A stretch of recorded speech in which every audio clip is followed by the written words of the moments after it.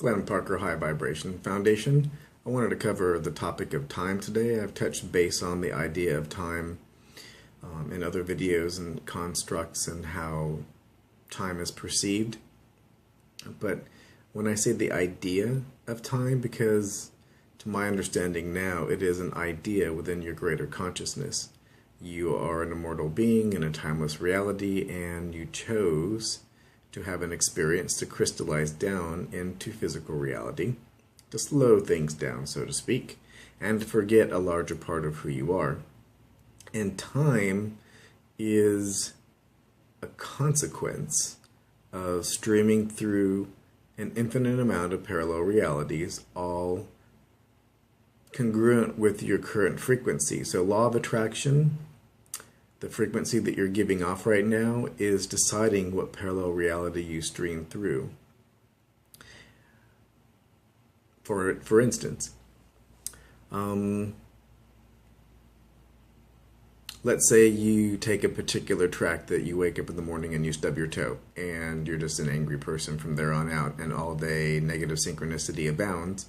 You lock your keys in your car, the light is red, every light is red on the way to work, you get there is no coffee at work, the person that you dislike the most just drank it all, and so on and so forth, and negative synchronicity abounds.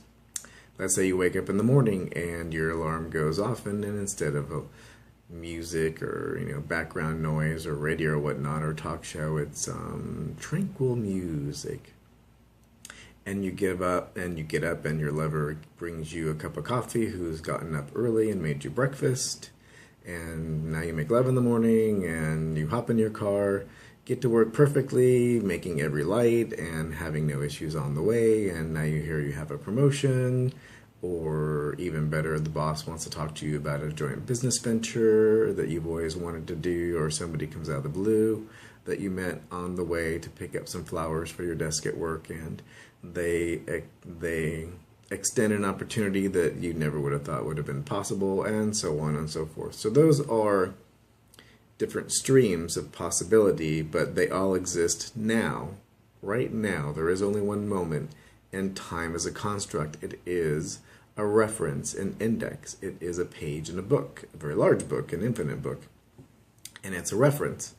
So that if you wanted to think back or have a reference with somebody else, you can say on October 13th, 19, whatever, this happened, and you both can have an agreement on that.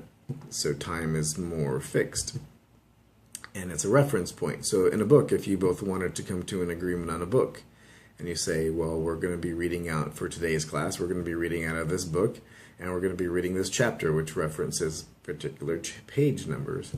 And time is pretty much that type of idea. Time is a resonance. It is a property of that parallel reality. Time has a particular frequency, to my understanding, and how some of these higher civilizations travel in their spacecraft, or some of the higher density beings with their ability to go from one place to another have the understanding that this is a marker, that this is a reference.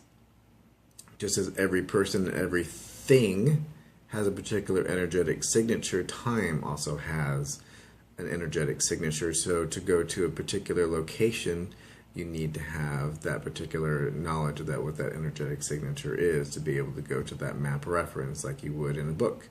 So if you want to go to Earth and you want to go to 2008 or 2014 to be a little better reference to current times, you basically dial that up, and you, from my understanding, what they do is they apply electrogravimetric shell over the ship, and they take away all references of what would be called time and other aspects of the parallel reality they want to go to, and then they apply, and whatever technique they do, whether it be acoustically or through some other through some other means, the reference in the page in the book that they want to go to, the time reference, and boom, they instantly because they have applied that energetic signature to the ship and everything in it, they instantly appear in that map reference. And that's how they go. It can be considered a wormhole. To my scientific understanding, I've heard it referenced as that.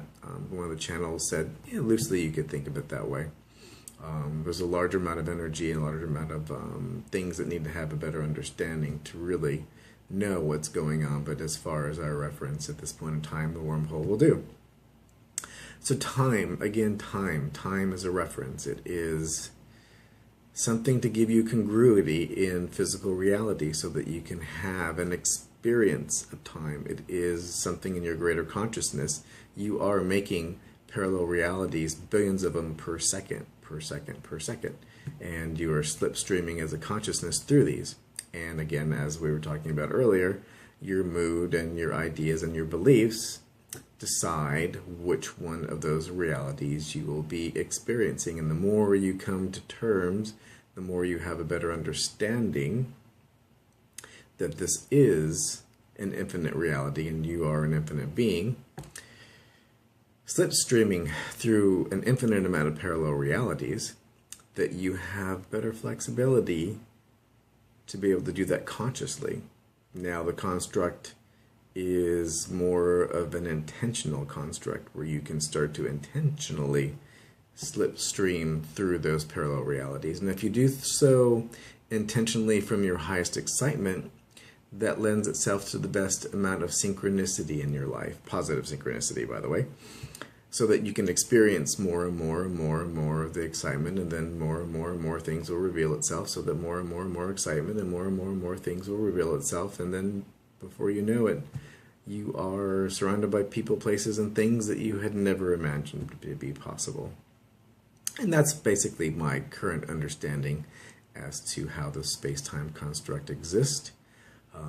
A lot of this information is being given and has been given over, that's for an example, over the past 30 years plus now, going on to the 31st year, if I understand right, from Bashar, who represents himself as an extraterrestrial from another civilization, is explaining the very true nature of who and what we are and why we came, along with many other channels. And I have to say that I was very skeptical at first, but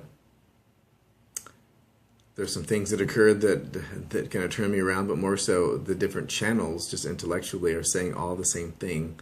And all these people are in different locations. They don't really collaborate. Some of them don't even know each other. Some of them do seminars together, or they'll channel together online and things of that nature. But for the amount and hours and hours and hours of information that comes through, objectively, if you were to look at that from all these different channels, they all say the same thing. It would be disproportionately, I wouldn't say impossible, it would be very, very difficult to convey that type of information in congruity, just all say the same thing. And then experimenting with some of the mental exercises and meditations that they're doing, some of the experiences I had basically were the lesser part of the convincing. Is like, whoa, that's interesting.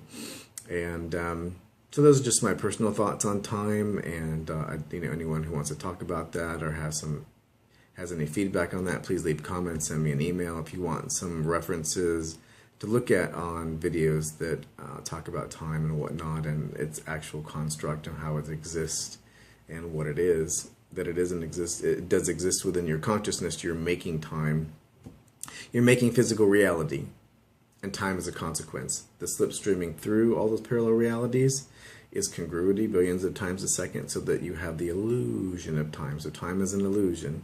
It's a consequence of slipstreaming through all these parallel realities and slipstreaming through your consciousness, because you are a constant consciousness in an absolute endless reality.